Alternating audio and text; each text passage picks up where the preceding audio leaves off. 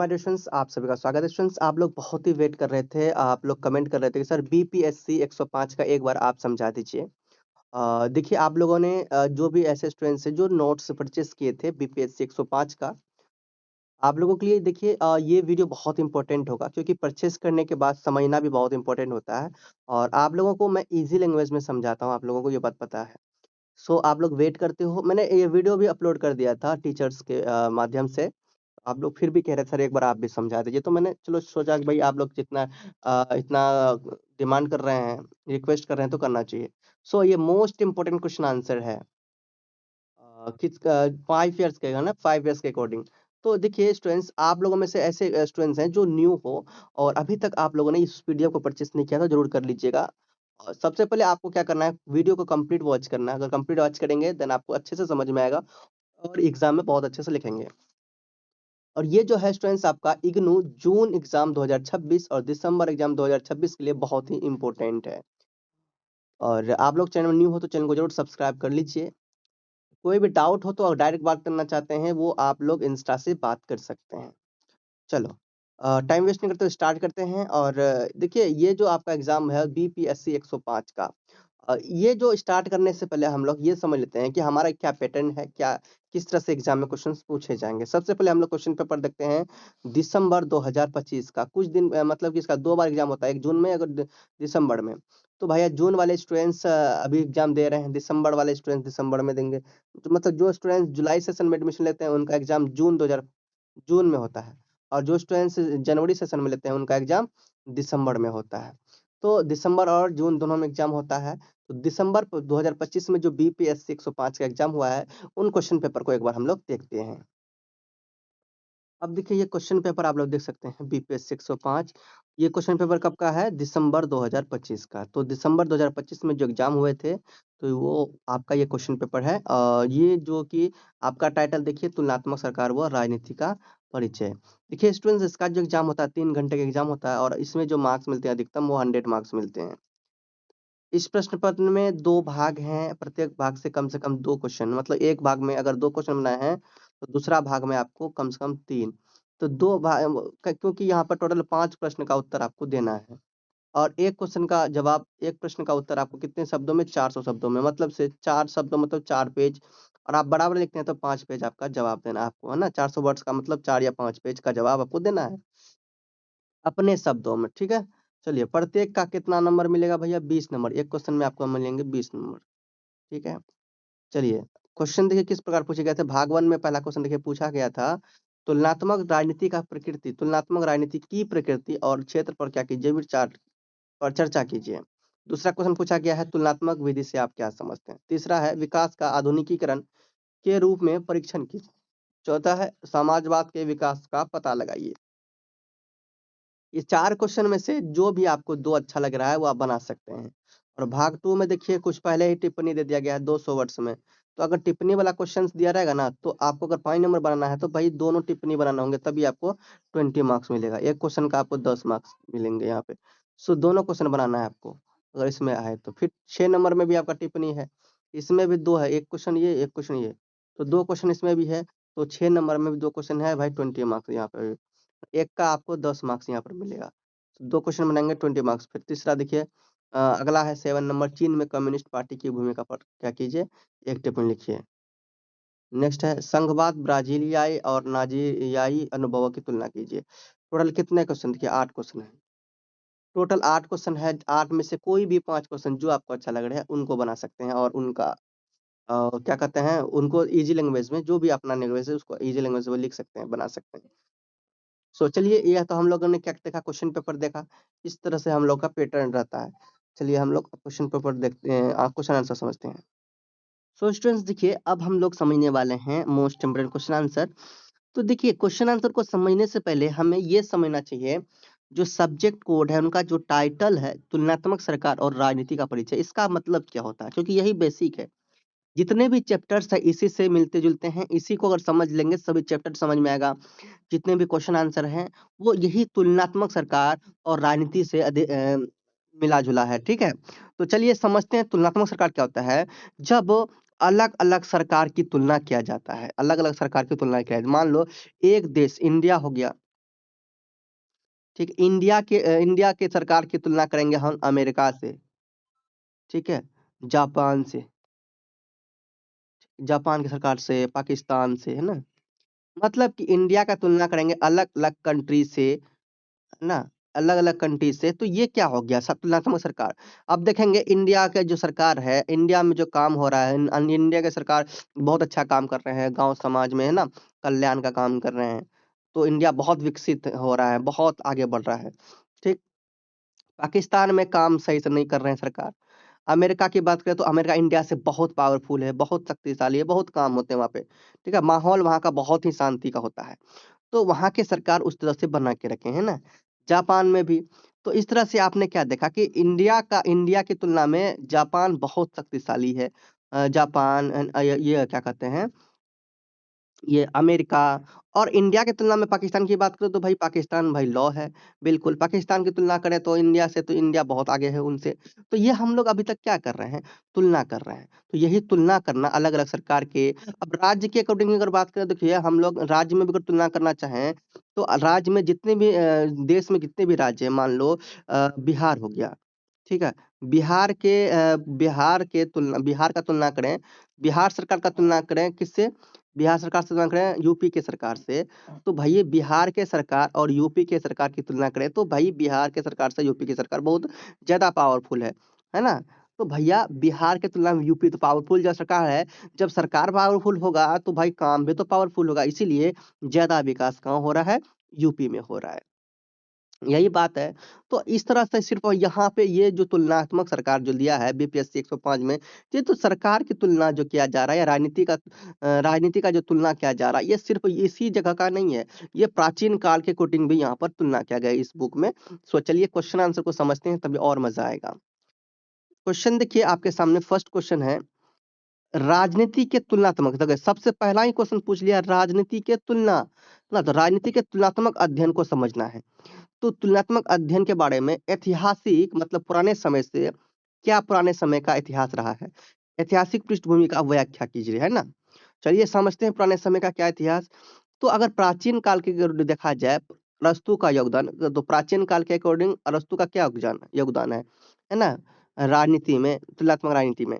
तो देखिए समझिए तुलनात्मक राजनीति की शुरुआत जो है कि बहुत पुरानी है, बहुत पुराने समय से तुलना किया जा रहा है राजनीति का। तो प्राचीन यूनान के जो महान विचारक है, कौन है? अरस्तू है। तो अरस्तू को जो है कि तुलनात्मक राजनीति का क्या कहा जाता है स्टूडेंट्स? पिता कहा जाता है, जनक कहा जाता है। उन्होंने क्या किया था? अपने ही पुस्तक में, अपने समय में क्या किया था? अपने पुस्तक में 158 नगर और राज्यों के संविधानों और सरकारों की आपस में तुलना किया था। ठीक है? तो आप सोच सकते हो कितना 158 नगर, है ना? अब 158 नगर कितने सारे हो गए हैं? अब 158 नगर में वो राज्य भी हो सकते हैं, वो देश भी हो सकते हैं। तो इनका तुलना किया गया भाई, इनका क्या किया गया? तुलना किया गया कि वहाँ के लोग कैसे हैं, वहाँ वहाँ उनके शासन में कैसा काम हो रहा था, इनके शासन में कैसा काम हो रहा, ये सब।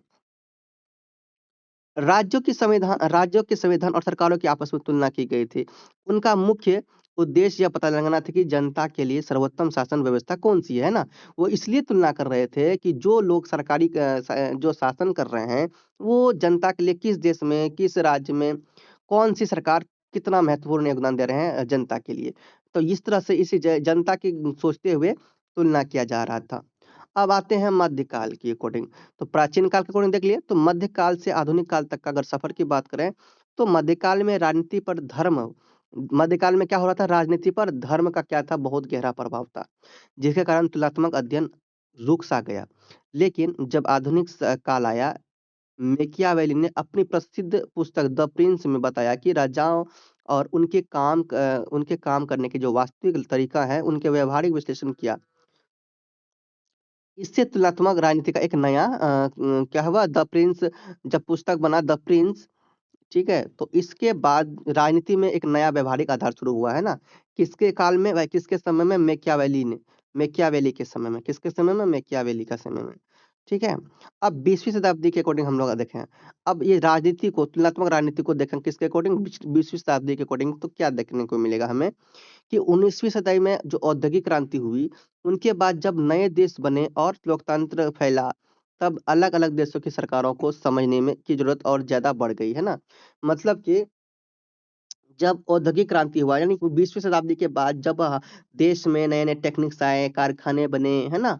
अलग-अलग विकास हुआ, तो उनके बाद जो ये जो तुलना की बात है, उसमें बहुत ज़्यादा बढ़ोतरी देखने को मिला। मतलब तुलना बहुत ज़्यादा होने लगा, कंपैरिज़न होने लगा और कॉम्पिटिशन भी होने लगा। क्योंकि जब जहाँ पर तुलना होगा, वहाँ पर कॉम्पिटिशन होना तय है।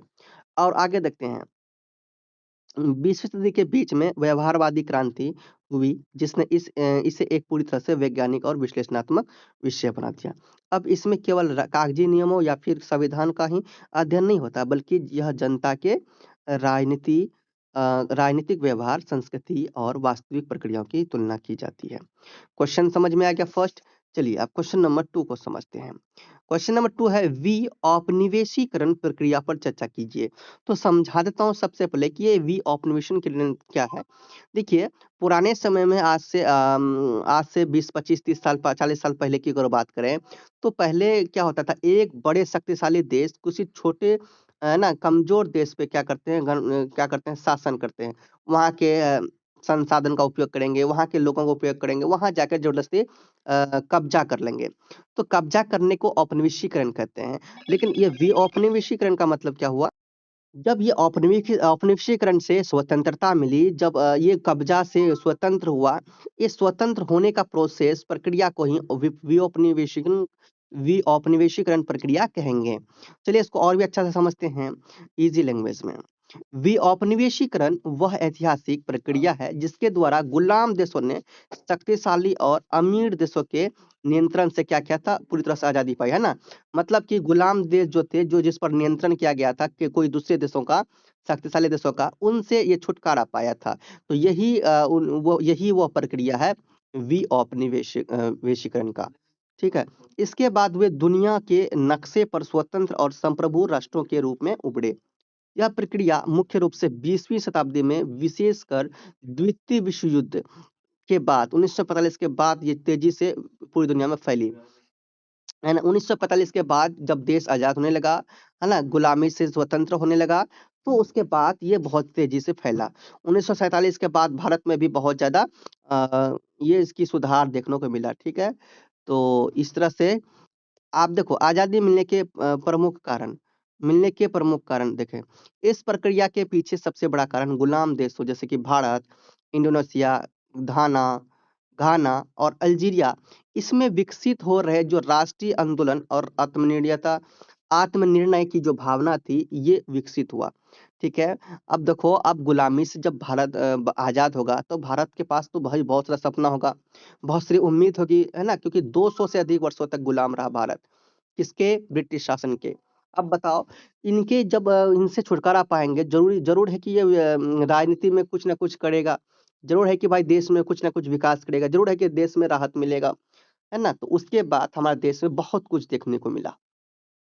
लोग औपनिवेशिक शक्तियों द्वारा किए जा रहे आर्थिक शोषण और राजनीतिक दमन के खिलाफ खड़े हो गए थे, है कि नहीं? इसके साथ ही द्वितीय विश्व युद्ध के बाद ना यूरोपीय शक्तियों जैसे 1900 शक्तियाँ सैन्य और आर्थिक रूप से बहुत कमज़ोर हो चुकी थी, जिसने है ना? जिससे उनके लिए दूर बैठे उपनिवेशों, है ना? दूर बैठे जो उपनिवेश जो अब फिर से औपनिवेशीकरण करके जो रखा, तो इनके नियंत्रित करना कठिन हो गया। तो जो जो लोग फिर से नियंत्रित करना चाह रहे थे, है ना? तो वो भी इनसे दूर होने लगे। ठीक है? सोचा कि भाई अब ये ऐसा नहीं हो सकता है। तो विश्व का क्या प्रभाव पड़ा भाई? विश्व राजनीति पर प्रभाव क्या पड़ा? इस प्रक्रिया ने विऔपनिवेशीकरण की प्रक्रिया से क्या प्रभाव पड़ा विश्व को?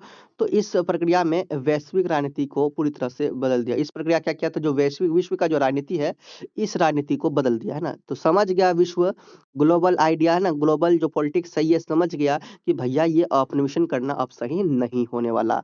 ये अब लोग जाग चुके हैं। एशिया और अफ्रीका में स्वतंत्रता आंदोलनों के कारण अनेक नए राष्ट्रों का क्या हो गया उदय हुआ जिसने शीत युद्ध की राजनीति को प्रभावित किया, है ना? शीत युद्ध यूएसएसआर और यूएसए के बीच हो रहे थे, ठीक है? तो और ये अंतर्राष्ट्रीय संबंधों में शक्ति संतुलन को पूरी तरह बदल कर रख दिया। चलिए क्वेश्चन नंबर हमारा 2 कंप्लीट होता है। क्वेश्चन नंबर 3 देखिए, तुलनात्मक राजनीति के अध्ययन में संस्थागत दृष्टिकोण पर चर्चा कीजिए। दृष्टिकोण का परिचय, हाँ, देखिए हम लोग देखते हैं तुलनात्मक राजनीति के अध्ययन में संस्थागत दृष्टिकोण को। तो यहाँ पे देखिए लिखा है, तुलनात्मक राजनीति को समझने के लिए संस्थागत दृष्टिकोण एक प्रमुख क्या है, पारंपरिक तरीका है। इस दृष्टिकोण के अनुसार किसी भी देश की राजनीतिक व्यवस्था को समझने के लिए उसकी औपचारिक और कानूनी संस्थाओं का व्यवस्थित अध्ययन करना आवश्यक होता है। अध्ययन के मुख्य विषय क्या है? इसके अंतर्गत किसी भी देश के कानूनी ढांचे जैसे संविधान, संसद, विधायिका, कार्यपालिका जैसे कि प्रधानमंत्री, राष्ट्रपति और न्यायपालिका, अदालतें। ये राजनीतिक दल और चुनाव प्रणाली की आपस में तुलना की जाती है। सही बात है। मतलब आप तुलनात्मक राजनीति में सिर्फ सरकार का ही तुलना तो नहीं किया जाएगा। हर किसी का यहाँ पे तुलना किया जाता है। ठीक है? हर किसी का मतलब कि हर किसी का यहाँ पे अलग-अलग राज्य के मुख्यमंत्री हो गए, अलग-अलग मिनिस्टर्स जितने भी हो गए, ना विधायक हो गए, इन सभी का तुलना किया जाएगा। राजनीति में जितने भी लोग जुड़ेंगे, उन सभी का एक-दूसरे से तुलना की जाएगी, ठीक है? तो राजनीतिक दल और राजनीतिक दल, ठीक है? राजनीतिक दल और चुनाव प्रणाली की आपस में तुलना की जाती है। समझे? तो बाकी ये आप लोग जब वीडियो को रोक कर पढ़ेंगे तो समझ में आएगा। इसकी कमियाँ आप लोग पढ़िएगा। इसकी कमियाँ, इसकी सीमाएँ और कमियाँ, लिमिटेशन और कमजोरी जो है इनका समझिएगा। तो वीकनेस और लिमिटेशन समझिएगा। आप लोग देखिए पीडीएफ ज़रूर परचेज़ कीजिए। पीडीएफ को परचेज़ करके पढ़िए। सारा अगर हम लोग पढ़ने जाएँ ना, बहुत टाइम लग जाएगा। क्वेश्चन नंबर 4 है स्टूडेंट्स, तुलनात्मक राजनीति के अध्ययन के लिए राजनीतिक व अर्थव्यवस्था दृष्टिकोण और इसकी प्रासंगिकता की क्या कीजिए, जाँच कीजिए। फिर से समझिए, तुलनात्मक राजनीति तो ये तो समझ गए तुलना करने वाली राजनीति। इनके अध्ययन के लिए राजनीतिक अर्थव्यवस्था को लिया जाना चाहिए ना, राजनीतिक अर्थव्यवस्था को देखने के लिए कहा रहा है और इसकी जो प्रासंगिकता है इनको देखने के लिए कह रहा है। तो चलिए समझते हैं। राजनीतिक अर्थव्यवस्था राजनीतिक अर्थव्यवस्था दृष्टिकोण तुलनात्मक राजनीति का एक क्या है, आधुनिक और महत्वपूर्ण दृष्टिकोण है, जो राजनीति और अर्थव्यवस्था के आपसी संबंधों का क्या करता है स्टूडेंट्स, विश्लेषण करता है।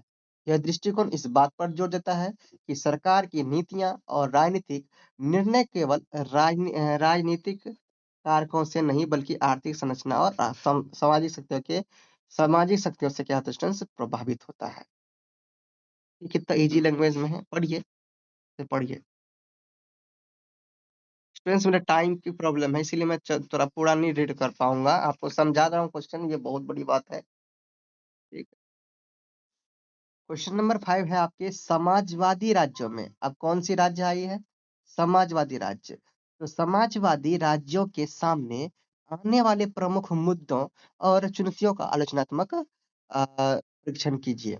ठीक है, तो समाजवादी में कौन सा आ जाएगा राज्य, समाजवादी राज्यों की स्थापना की अगर बात करें तो यह मुख्य उद्देश्य समाज में पूर्ण समानता, जो समाज है, समाज में समाजवादी राज्य कौन सा हो गया, समाज में जो लोग हैं इनको पूर्ण समानता मिले, इक्वलिटी मिले, सामाजिक न्याय हो, समाज में हमेशा एक दूसरे से झगड़ा झंझट ना हो और समाज में अगर कुछ हो तो उनके लिए न्याय हो, सामाजिक न्याय।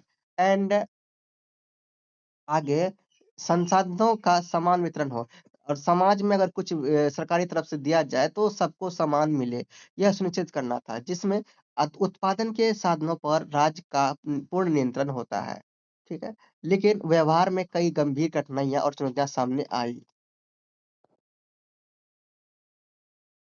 आर्थिक और प्रशासनिक चुनौतियां अगर बात करें तो समझिए, सबसे प्रमुख चुनौती आर्थिक दक्षता की कमी रही। राज्य का पूर्ण नियंत्रण होने के कारण बाजार में प्रतिस्पर्धा, कंपटीशन का अभाव रहा, जिससे नवाचार में गिरावट आई और आर्थिक विकास धीमा पड़ गया। दूसरी बड़ी समस्या अत्यधिक केंद्रीकरण थी, जिससे सत्ता कुछ चुनिंदा नेताओं के हाथों में सिमट गई और लोकतांत्रिक भागीदारी सीमित हो गई। इसके कारण नौकरशाही का प्रभाव बढ़ा और प्रशासनिक जनता, ठीक है, या फिर भ्रष्टाचार और निर्णयों में देरी जैसे समस्या उत्पन्न हो गई। इसको समझ लिए। बाकी व्यक्तिगत स्वतंत्रता का अभाव, इसको भी पढ़ना है आपको। क्वेश्चन नंबर अब हम लोग देखते हैं 6 को। क्वेश्चन नंबर 6 है आपका, संसदीय सर्वोच्चता। क्या, संसदीय सर्वोच्चता के सिद्धांत की व्याख्या कीजिए। तो समझिए संसदीय सर्वोच्चता कौन सा होगा, क्या होगा। तो संसदीय सर्वोच्चता का सिद्धांत संवैधानिक व्यवस्था का एक महत्वपूर्ण अंग है, जिसका मुख्य आधार है कि संसद राज्य की सर्वोच्च विधायी होता है। संसदीय सर्वोच्चता का क्या मतलब होता है कि जो संसद होते हैं, जो संसद है, वही राज्य की सर्वोच्च विधायी संस्था होती है ना? और उसके द्वारा बनाए गए जो कानून होते हैं, वो सर्वोच्च माने जाते हैं, है ना? संसद के द्वारा जो बनाए गए कानून होते हैं, वो क्या माना जाता है? सर्वोच्च। देखिए, अब यहाँ पे सबसे पहले आपको ये समझना होगा कि संसद में आखिर होते कौन-कौन हैं, ठीक है? ये जो संसद सर्वोच्च ये सर्वोच्च संसदीय सर्वोच्चता है ना, या संसदीय सर्वोच्चता जो है, इसका क्या मतलब है? इसे भी हम लोग समझते हैं। जैसा कि आप लोगों को मैंने अभी बताया था, संसदीय सर्वोच्चता का मतलब होता है जो संसद है, वही राज्य की सर्वोच्च संस्था होते हैं, विधायी संस्था, ठीक है? तो संसदीय सर्वोच्चता संसद के संसद देश अब सिर्फ ये नहीं, ये देश की सबसे शक्तिशाली कानून बनाने वाली संस्था होती है संसदीय सर्वोच्चता, ठीक है? तो इसको सर्वोच्च माना गया है। संसद जो कानून बनाती है वो क्या होता है, वो मान्य होता है। अगर ये संसद कानून बना दे, यहाँ पे अगर संसद क्या बनाए कानून बनाए, वो सबको मानना होगा। संसद पुराने कानूनों को बदल भी सकती है और ये नए कानून बना भी सकती है। ठीक है? और ये इसमें सरकार और अन्य संस्थाओं के द्वारा भी ये कानूनों का पालन किया जाता है इसमें। तो अब देखो, यहाँ पे कुछ स्टूडेंट्स ऐसे भी तो होंगे जो संसद को भी नहीं जानते होंगे कि संसद क्या है। तो संसद को ध्यान से समझिए। संसद का 3 प्रकार होते हैं, ठीक है? संसद के 3 भाग होते हैं। तो कौन-कौन से होते हैं? एक होते हैं राष्ट्रपति, पहला होता है राष्ट्रपति, ठीक है? दूसरा होता है राज्यसभा, राष्ट्रपति, राज्यसभा, ठीक है? और दूसरा होता है लोकसभा। समझ गए कि जो संसद होते हैं, संसद क्या कह रहा है, संसद ही सब कुछ है ना? क्या कहते हैं, संसद सब कुछ है। तो संसद आखिर है क्या? अगर संसद ही सब कुछ है, संसदीय सर्वोच्चता, तो संसद क्या है? अभी क्या देखा, संसद है राष्ट्रपति, राज्यसभा और लोकसभा। यही तीनों के अकॉर्डिंग सरकार चलता है। इन्हीं तीनों के अकॉर्डिंग कोई भी शासन किया जाता है, ठीक है? कोई भी नियम बनता है। तो संसद का काम क्या होता है स्टूडेंट्स? नियम बनाना, कानून बनाना, ठीक है? बजट पास करना। तो ये सब क्या है? सरकार से सवाल पूछना।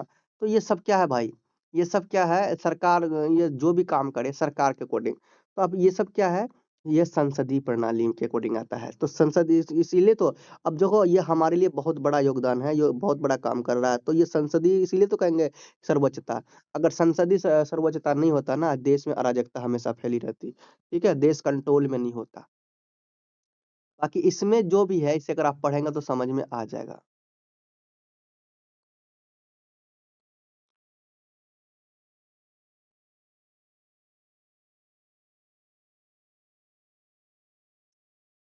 प्रणाली दृष्टिकोण की विशेषता की व्याख्या कीजिए। ये प्रणाली दृष्टिकोण क्या होता है? प्रणाली दृष्टिकोण में क्या होता है स्टूडेंट? किसी भी संस्था, संगठन या फिर राजनीति व्यवस्था को एक पूरे तंत्र के रूप में देखा जाता है। ठीक है? तंत्र मतलब समझ लो एक शक्ति, है ना? एक हाथ के रूप पे, एक ताकत के रूप में देखा जाता है प्रणाली दृष्टिकोण को।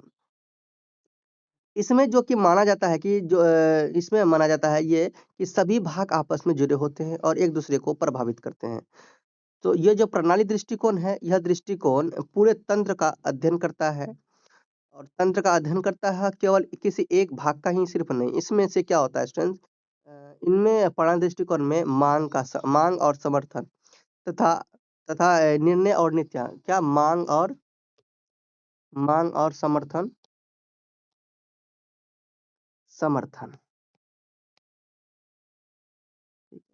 और दूसरा आउटपुट के रूप में आता है निर्णय और नीतियाँ। दूसरा प्रणाली दृष्टिकोण में निर्णय और नीतियाँ के अकॉर्डिंग देखा जाता है। किसके अकॉर्डिंग? निर्णय और नीतियाँ, ठीक है? तो ये है। अ, अब देखो ये साथ ही यह भी ये देखा जाता है इसमें कि व्यवस्था की जो वातावरण है वो कैसे प्रभावित होती है और संतुलन बनाए रखने में कैसे कार्य करती है। तो ये सब भी हमें इसमें देखना पड़ता है। जब इसे पढ़ेंगे तो आपको और भी अच्छा से समझ में आएगा ईज़ी लैंग्वेज में।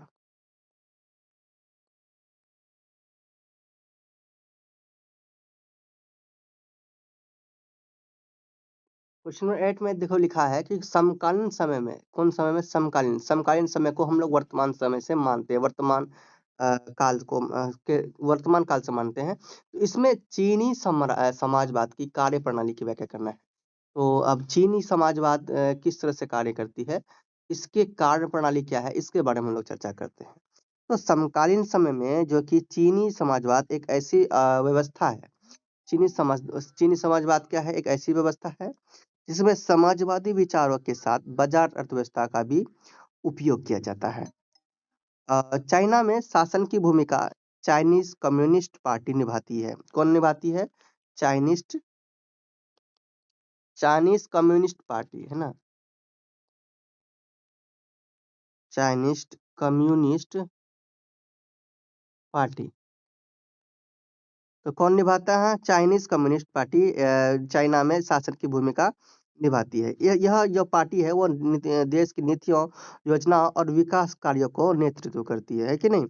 तो चीनी जो समाजवाद होते हैं, चीनी समाज का वाद का जो मुख्य उद्देश्य होता है वो आर्थिक विकास, सामाजिक विकास और लोगों के जीवन को बेहतर बनाना होता है। अंडरस्टैंड। और दूसरी बात, चीन में सरकार बड़े उद्योगों और बैंकों और महत्वपूर्ण क्षेत्रों पर क्या करते हैं भैया, नियंत्रण बनाए रखते हैं, जबकि निजी जो कंपनियां हैं उनको भी व्यापार और निवेश की अनुमति दी जाती है चीन समाजवाद में, है ना। तो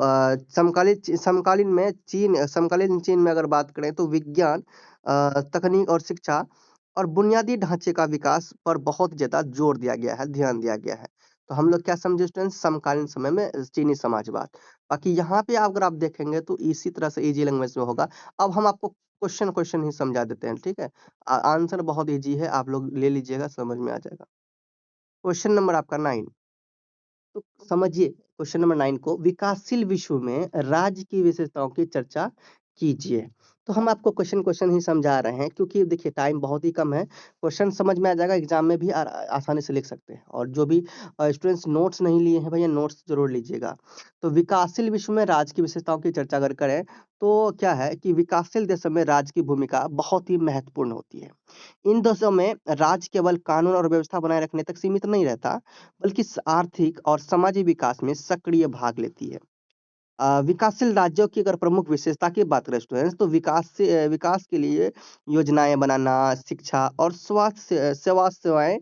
क्या स्वास्थ्य सेवाएं का क्या होता है स्टूडेंट्स, विस्तार करना, गरीबी और बेरोजगारी को कम करना, ये सब उनके प्रयास तथा लोगों के जीवन स्तर को सुधारना, ये उनके लक्ष्य होते हैं। ठीक है, विकासशील विश्व के अकॉर्डिंग विकासशील राजनीति में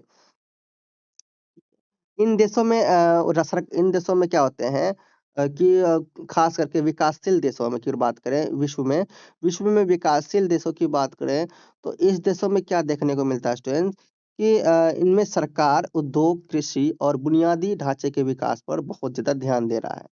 साथ ही राष्ट्रीय एकता, राजनीतिक स्थिरता और सामाजिक न्याय को बढ़ावा देने का प्रयास करते हैं। ठीक है, तो आपने देखा होगा कई विकासशील जो देश हैं, तो कई विकासशील देशों में जन संसाधनों की कमी, जनसंख्या वृद्धि और आर्थिक चुनौतियां भी देखने को मिलता है। ठीक, तो इस तरह से आपने क्या देखा, विकासशील विश्व में राज्य की विशेषता समझ में आ रहा है। अब देखिए इसको अगर पढ़ेंगे तो आपको समझ में आ जाएगा और अच्छा से। तो चलिए आगे देखते हैं क्वेश्चन नंबर 10 को। क्वेश्चन नंबर 10 में है कि तुलनात्मक राजनीति के विकास का पता लगाएं, है ना। कि ये तुलनात्मक राजनीति के जो विकास है ये कैसे होते हैं। तो तुलनात्मक राजनीति के विकास के अकॉर्डिंग देखा जाए, प्रारंभिक और पारंपरिक चरण। तुलनात्मक राजनीति के विकास की शुरुआत प्राचीन काल में अरस्तु द्वारा विभिन्न नगर राज्यों के संविधान के तुलनात्मक अध्ययन से हुई थी। अभी मैंने आपको कुछ देर पहले भी ये बताया था कि ये अरस्तु तुलनात्मक राजनीति का जो जनक था वो कौन है, अरस्तु, है ना।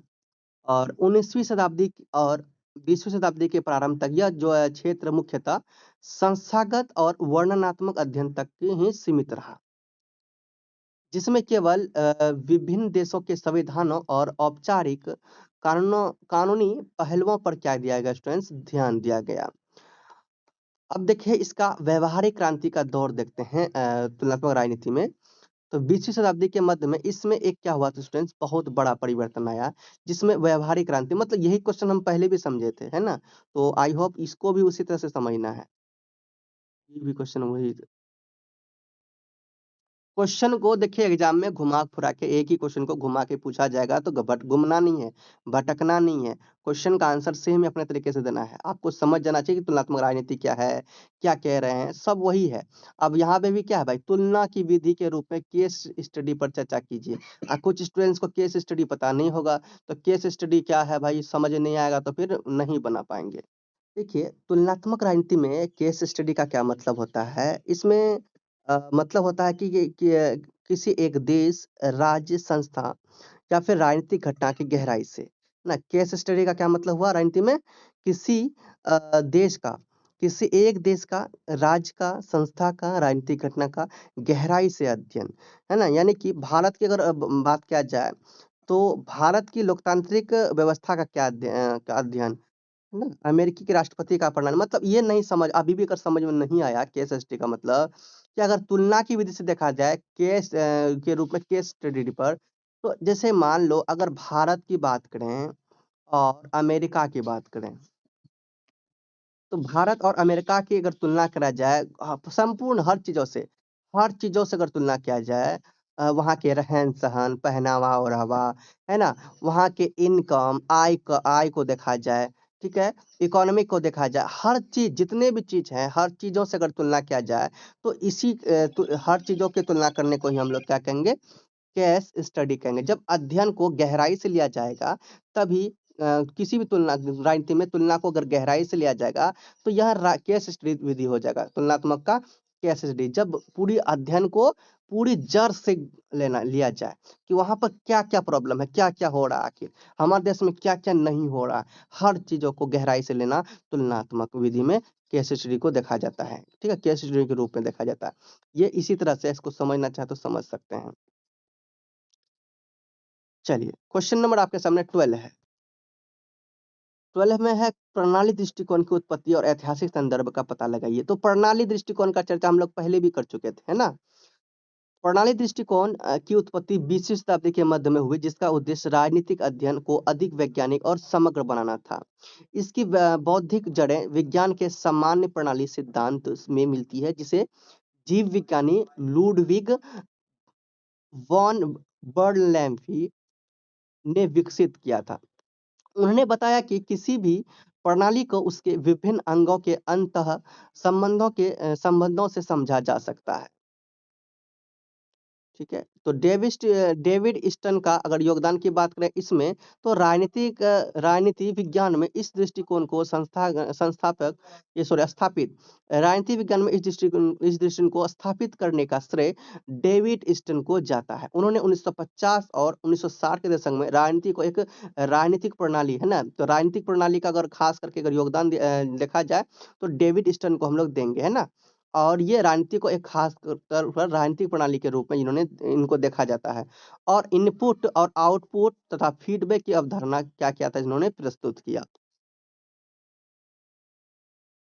इनपुट में क्या होगा, इनपुट में कोई भी सामान दूसरे देश से हमारे देश में आएंगे, और आउटपुट में क्या होंगे, कोई भी सामान हमारे देश से दूसरे देश में जाएंगे। और इनके फीडबैक कि भाई क्या सामान है, क्या सही है, क्या नहीं है ना, हमारा सामान कितना अच्छा है, ये सब। चलिए, क्वेश्चन नंबर आपका 13 है।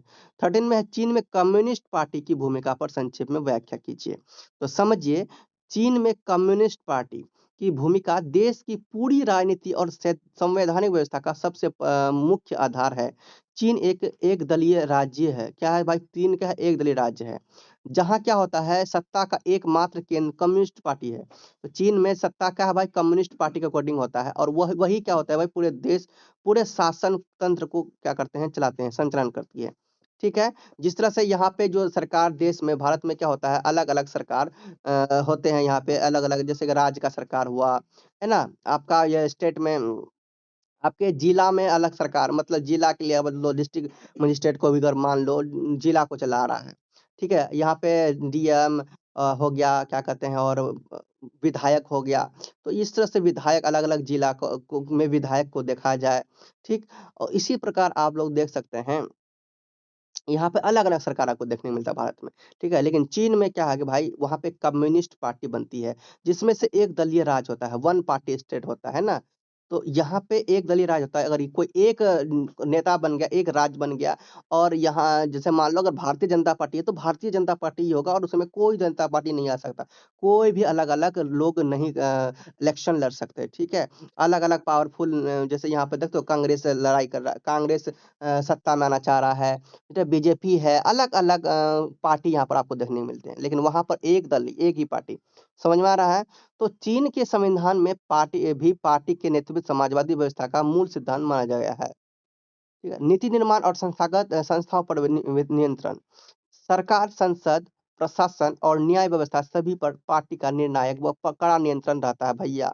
वहाँ पे हमारे देश की तरह ऐसा नहीं होता है, वहाँ पर बहुत ही कड़ा निर्णय लिया जाता है, नियम होता है। देश की सभी महत्वपूर्ण नीतियाँ जैसे कि आर्थिक विकास, विदेश नीति, सुरक्षा पार्टी के शीर्ष नेतृत्व द्वारा ही लिया जाता है। मतलब कि विदेश नीति भी अगर किया जाएगा तो भाई वही पार्टी के द्वारा किया जाएगा।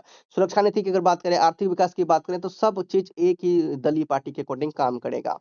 समझ में आ गया?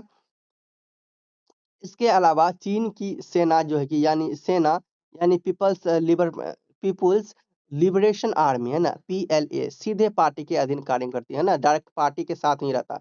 इसमें जिस तरह से हमारे देश में अलग-अलग पुलिस है ना बिहार सरकार है ना Bihar police, UP police, Delhi police यहाँ वहाँ ऐसा कुछ नहीं होता। वहाँ एक ही पुलिस भैया, है ना? एक ही पुलिस और मतलब एक ही पार्टी के अकॉर्डिंग पुलिस बनाया जाता है वहाँ पे। समझ में आ गया? और इसी तरह से पढ़िए, पढ़ लीजिए कोई दिक्कत नहीं है। तो ये सब लॉन्ग क्वेश्चन हम लोगों ने अभी देखा। अब देखिए अब जो हम लोग देख रहे हैं स्टूडेंट्स वो है स्टूडेंट्स आपका संक्षिप्त टिप्पणी शॉर्ट क्वेश्चन निर्भरता का विचार। निर्भरता का विचार क्या है निर्भरता मतलब कि डिपेंडेंसी थ्योरी क्या है समझिए। यह सिद्धांत यह समझाता है कि विकासशील देश आर्थिक रूप से हमेशा पिछड़ क्यों रह जाते हैं 1960 से 70 के दशक में आए इस सिद्धांत के अनुसार ये जो सिद्धांत आपको देखने को मिल रहा है क्या भाई निर्भरता का विचार तो ये भैया ये कब आया ये थ्योरी या फिर सिद्धांत कब आया 1960 से 70 के दशक में ठीक है। इस सिद्धांत के अनुसार वैश्विक आर्थिक व्यवस्था पूरी तरह से असमान है जो दो हिस्सों में विभाजित है। पहला केंद्र यानी कोर जिसमें अमीर विकसित देश आते हैं और दूसरा परिधि है ना इसमें क्या होते हैं गरीब और विकासशील देश शामिल होते हैं। अमीर देश इन गरीब देशों के संसाधनों कच्चे माल और सस्ते श्रम का शोषण करते हैं जिससे क्या होता है विकासशील देश हमेशा के लिए उन पर निर्भर हो जाता है।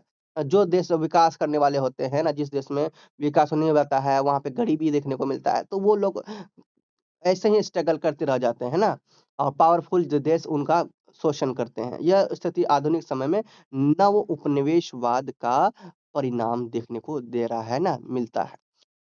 उसके बाद देखिए आपका सेकंड है क्वेश्चन टिप्पणी वाले क्वेश्चंस पूछे जाते हैं स्टूडेंट्स जो कि 10 मार्क्स के है ना। उदार लोकतंत्र का विचार उदार लोकतंत्र एक ऐसा राजनीतिक सिद्धांत है जो व्यक्तिगत स्वतंत्रता समानता और कानून के शासन पर आधारित होता है। जॉन लॉक उदार उदार की अगर बात करें तो भैया जॉन लॉक को माना जाता है। जॉन लॉक और जे एस मिल जैसे विचारक विचारक आते हैं इसमें उदारवाद में, ठीक है? तो जैसे विचारकों ने इसमें योगदान दिया इसकी जो मुख्य विशेषता यह है कि इसमें असली सत्ता जनता के पास होती है। तो उदारवाद लोकतंत्र में क्या होता है कि जो उदारवादी जो है विचार जो होते हैं, वो जनता के हक में लिया जाता है। इसमें जनता की भलाई के बारे में सोचा जाता है और इसमें खास करके गरीब वर्ग है ना, पिछड़े वर्ग को अधिक फोकस किया जाता है, जो नियमित और निष्पक्ष चुनाव के माध्यम से अपने प्रतिनिधि को चुनती है। इसमें नागरिकों को अभिव्यक्ति और धर्म की स्वतंत्रता जैसे मौलिक अधिकार प्राप्त होते हैं और कानून के समक्ष सभी नागरिकों को पूरी तरह समान माना जाता है। ठीक है? तो क्वेश्चन नंबर आपका है थर्ड चीन में साम्यवादी पार्टी का उदय। चीन में कम्युनिस्ट पार्टी है ना चीन में साम्यवादी पार्टी का उदय। अब यहाँ पे साम्यवादी पार्टी को हम लोग कम्युनिस्ट पार्टी भी बोल देते हैं समझ में आया क्या। साम्यवादी पार्टी को हम लोग क्या बोलते हैं कम्युनिस्ट पार्टी। तो चीन में कम्युनिस्ट पार्टी का उदय 20वीं सदी की शुरुआत में हुआ।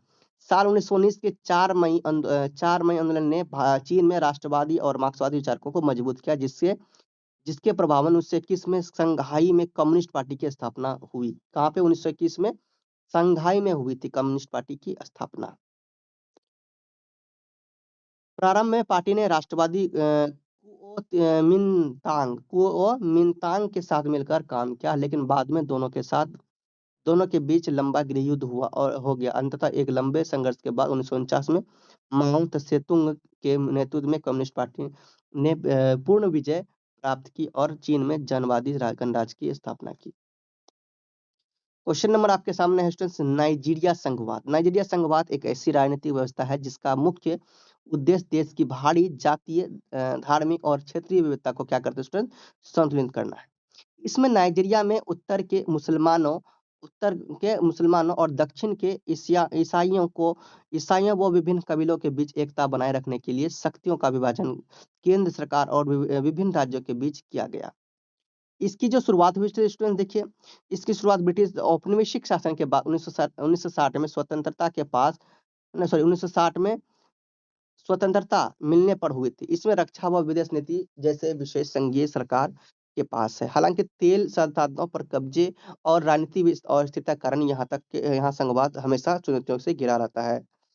ठीक, उसके बाद स्टूडेंट्स आता है नव उदारवादी दृष्टिकोण के प्रमुख तत्व। तो देखिए, नव उदारवादी दृष्टिकोण 20वीं शताब्दी के उत्तरार्ध में विकसित हुआ। यह एक प्रमुख आर्थिक राजनीतिक विचार है जो राज्य के सीमित हस्तक्षेप और मुक्त बाजार व्यवस्था पर बल देता है। इसके 4 प्रमुख तत्व है। पहला, मुक्त बाजार। दूसरा, वस्तुओं की कीमतें मांग और आपूर्ति तय करती है। ठीक है, इस तरह से बाकी आप लोग ये पढ़िएगा तो समझ में आएगा।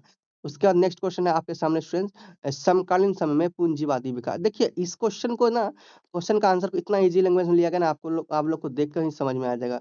नेक्स्ट है ब्राजीलिया संघवाद की संरचना। ये ना आप लोग खुद से पढ़िए टिप्पणी। अब हमारे पास टाइम नहीं है, जितना समझाना था मैंने आपको समझा दिया।